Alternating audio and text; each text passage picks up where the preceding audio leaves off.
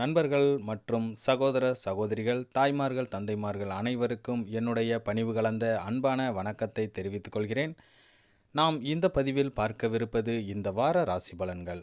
April 1 முதல் 7ஆம் தேதி வரைக்கு உண்டான ஒரு வாரத்திற்கு உண்டான ராசி பலன்களை நாம் பார்க்கவிருக்கிறோம். வீடியோவை ஸ்கிப் பண்ணாமல் முழுவதுமாக பாருங்கள். அப்போ தான் நான் சொல்கிற விஷயம் உங்களுக்கு முழுமையாக தெரியும். ஜோதிடம், ராசி பலன் பற்றி நீங்கள் முழுவதுமாக தெரிஞ்சுக்கணும் அப்படின்னு நினச்சிங்கன்னா நம்ம சேனலை சப்ஸ்கிரைப் பண்ணி வச்சுக்கோங்க. அப்போ தான் நான் போடுற இது போன்ற பதிவுகள்லாம் உங்களுக்கு உடனே வந்து சேரும். ஏப்ரல் மாதத்தின் முதல் வாரத்தில் திருக்கணித பஞ்சாங்கப்படி நவகிரகங்களின் சஞ்சாரத்தை பார்த்தால் சூரியன் மீன ராசியில் அமர்ந்திருக்கிறார், செவ்வாய் கும்ப வீட்டில் அமர்ந்திருக்கிறார், புதன் மேச ராசியில் சஞ்சரிக்கிறார், மேசத்தில் குரு சஞ்சாரம் செய்கிறார், சுக்கிரன் கும்பராசியில் பயணிக்கிறார், மார்ச் 30ஆம் தேதி மீனத்தில் அமருகிறார், கும்பத்தில் சனி, மீனத்தில் ராகு, கன்னியில் கேது என கிரகங்கள் சஞ்சரிக்கின்றன. இந்த வாரத்தில் வேறு கிரக மாற்றங்கள் எதுவும் இல்லை.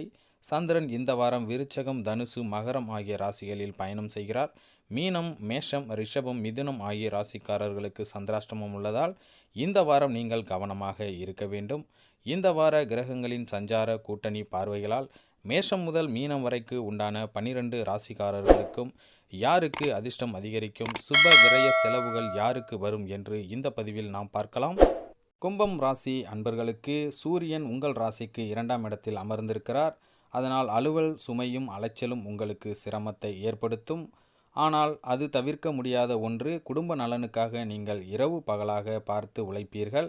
சந்திரனின் சஞ்சாரம் சிற்சில இடையூறுகளை ஏற்படுத்தும். அதையெல்லாம் நீங்கள் புறந்தள்ளி காரியத்தில் வெற்றி பெறுவீர்கள். எதிர்பார்த்த இடத்தில் இருந்து பண வரவு உங்களுக்கு தாமதமாகவே கிடைக்கும். செவ்வாய் 1ஆம் இடத்தில் இருப்பதால் ரியல் எஸ்டேட் தொழிலில் புதிய முயற்சிகளை புகுத்துவீர்கள். நீண்ட நாள் விற்காமல் கிடந்த நிலம் இப்பொழுது விற்பனையாகி சந்தோஷத்தை கொடுக்கும்.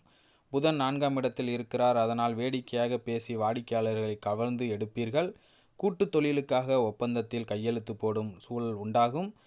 குரு 3ஆம் இடத்தில் இருப்பதால் வழக்கறிஞர் சிறப்பாக வாதம் செய்து பெரிய வெற்றிகளை அடைவீர்கள். மருத்துவத்துறையில் இளம் மருத்துவர்கள் சாதனை படைப்பார்கள்.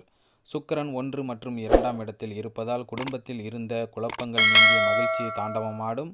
ஆசைப்பட்ட பெண்ணிடம் காதலை வெளிப்படுத்துவீர்கள். சனி 1ஆம் வீட்டில் இருப்பதால் வாகனங்களில் செல்லும்போது மிகுந்த எச்சரிக்கையாக செல்வது நல்லது.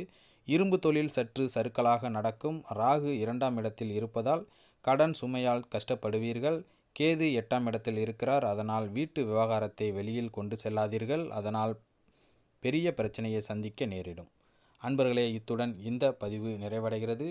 இந்த பதிவு உங்களுக்கு பிடித்திருக்கும் அப்படின்னு நான் நம்புகிறேன். இந்த பதிவு பிடித்திருந்தால் நம்ம சேனலை லைக் பண்ணுங்கள், ஷேர் பண்ணுங்கள், கமெண்ட் பண்ணுங்கள். குறிப்பாக சப்ஸ்கிரைப் பண்ணி பக்கத்தில் இருக்கிற பெல் ஐக்கானை கிளிக் பண்ணி ஆளுங்கிற ஆப்ஷனை கிளிக் பண்ணி ஒரு பெரிய சப்போர்ட் கொடுங்க. மீண்டும் அடுத்த பதிவில் நான் உங்களை சந்திக்கிறேன். அதுவரை விடைபெறுகிறேன். நன்றி, வணக்கம்.